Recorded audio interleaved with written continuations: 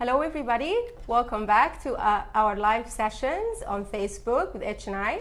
Today I'm really excited to be with one of our top trainers, Mohammed Abdelawi. He's been with us for a few years and we're going to talk to you today about self-management.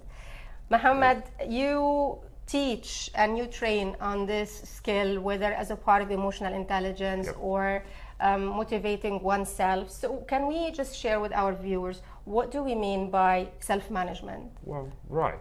So self-management, for the short definition, is I'd like to think of it as becoming my own boss or becoming my own supervisor, that I do not rely much on external factors to motivate myself and get myself into that discipline where I'm in that state to achieve so I know what I want and I have the discipline to carry through even on the bad days to actually get it.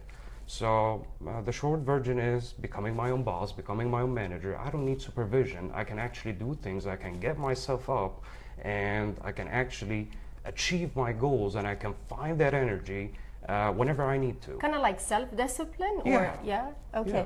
So they say those who cannot do, teach. And and I want to challenge you here. So do you actually manage yourself? Are you able to practice this self-discipline in your own personal life as a person?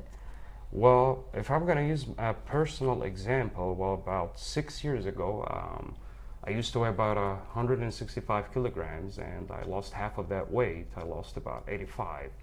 And to me, at the beginning, that was a discipline because I had to follow a certain ritual. I had to follow a certain lifestyle change.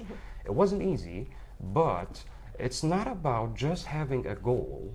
So the goal was, yes, to lose 85, but it's actually seeing beyond that goal and seeing what would happen next. How would my life improve?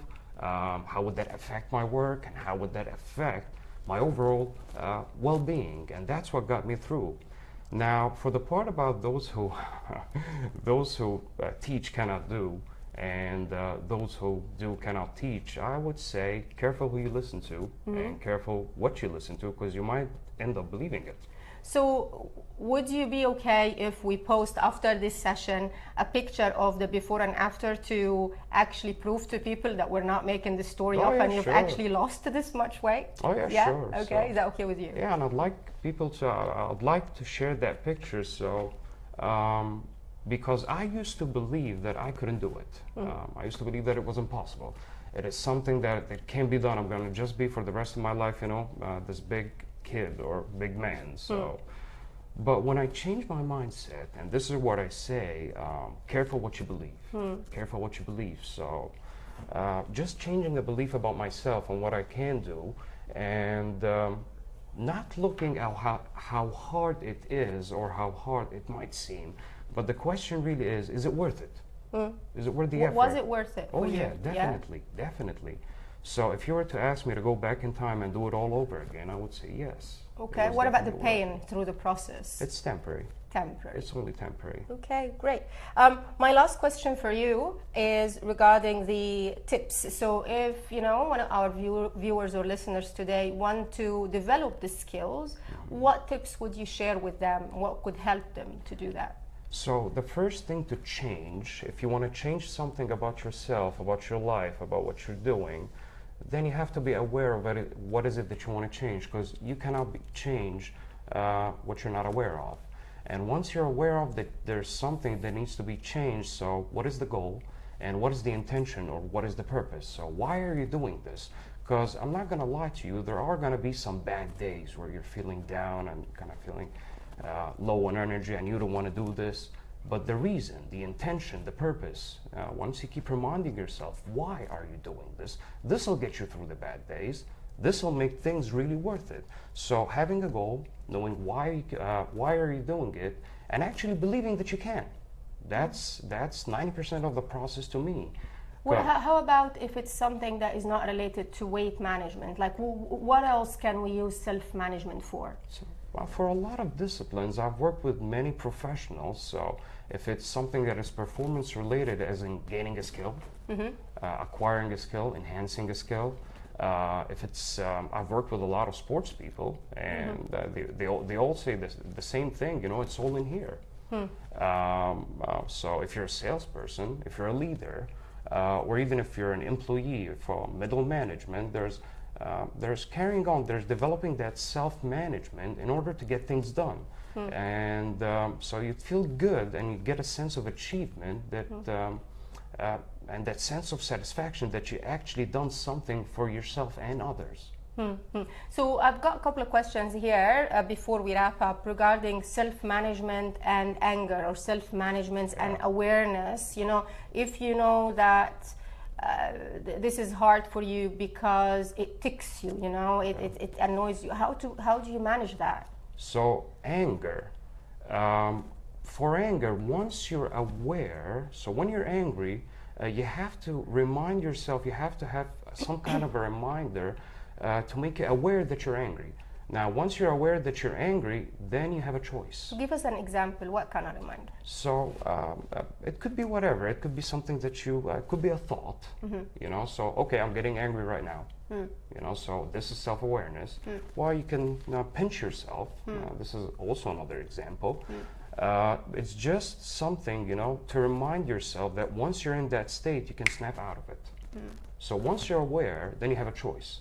What do you use yourself when you get angry? Okay, so this is where my voice, my internal voice comes in. Yeah. So this is, okay, you're getting angry. This is not going to get you what you want. So you talk to it as if it's a separate entity, it's outside of you, it's not you? So I recognize the emotion. Okay. Because anger is not a bad emotion. Well, most people would judge their anger, but anger is just an emotion that tells me something is not working the way I want it. So, but how I express my anger is different. Because I can express it very aggressively. And then people would, you know, then I have a lot of conflicts with people. But once I'm aware and I tell myself, this is not getting me what I want, so I'm recognizing that this anger reminds me of my goal, I just need to change how I express it. I heard something recently which sounded a bit weird for me, and it was about the art of fighting, that we need to learn how to fight without condemning, without humiliating the other person. I was like, how is that a fight then? But it's something they actually teach in psychology, so it's very interesting, and I can see the relationship here between what you're saying, and it's just not to condemn the feeling of anger. It is just a feeling, so you don't, it's how you express it. So that's the thing with emotions. Emotions are just emotions. They're messages, you know, that tell us we need to do something. Now, once I start suppressing or judging that emotion, it's not going to go anywhere. What would you say, Muhammad, before we wrap up, and I'm just going to adjust this again so people can see me. Hi, everybody. What would you say the best part of when you train with HNI, people always ask you when you talk about self-management, what is the question you always get from everybody? So when it comes to, it's always managing my emotions. Yeah. Because people believe that, you know, emotions are hard to manage. You know, I really cannot get into that state of motivation when I want to. But what we do in training experientially through our activities and exercises is we show people that this is just a belief, or that this is just a thought. Just a thought. And this thought can be challenged. And I have control over my thoughts, and once that thought is challenged and it might not turn out to be true, then people experience real transformation. Okay.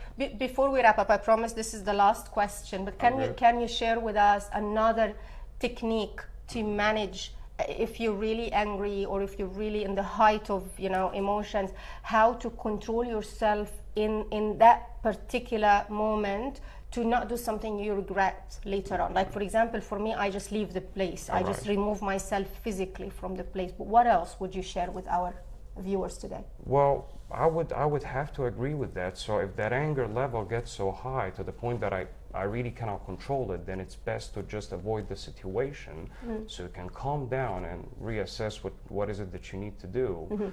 Now, managing anger on the spot is so if you have a situation that you know, you might be facing somebody that, you know, there might be some conflict, and there might be some emotions in the way.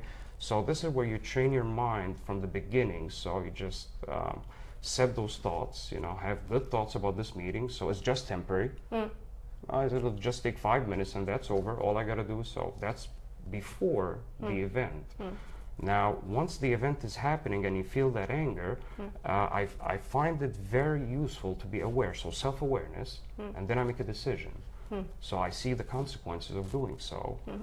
So that is before and after. These are two techniques. I see. Okay, well, before we wrap up, guys, I want to share with you another quick tip I learned myself is, particularly at work, when you get a really annoying email, you are most welcome to type a reply and not send it. Trust me. Just save it. Do not hit reply, because at any second you can make this difficult classic mistake and hit send by mistake, which can cause you a problem. But just type down what you want to say and save it. Just sleep on it, and I trust me, I guarantee you, you will not send it later on. You will change your reply. Well, thank you very much, Mohammed, for being with us today. Thank you for having me. It's always a pleasure to see you and talk to you. Thank you guys for joining us. We'll see you in another live session on Facebook soon. Bye.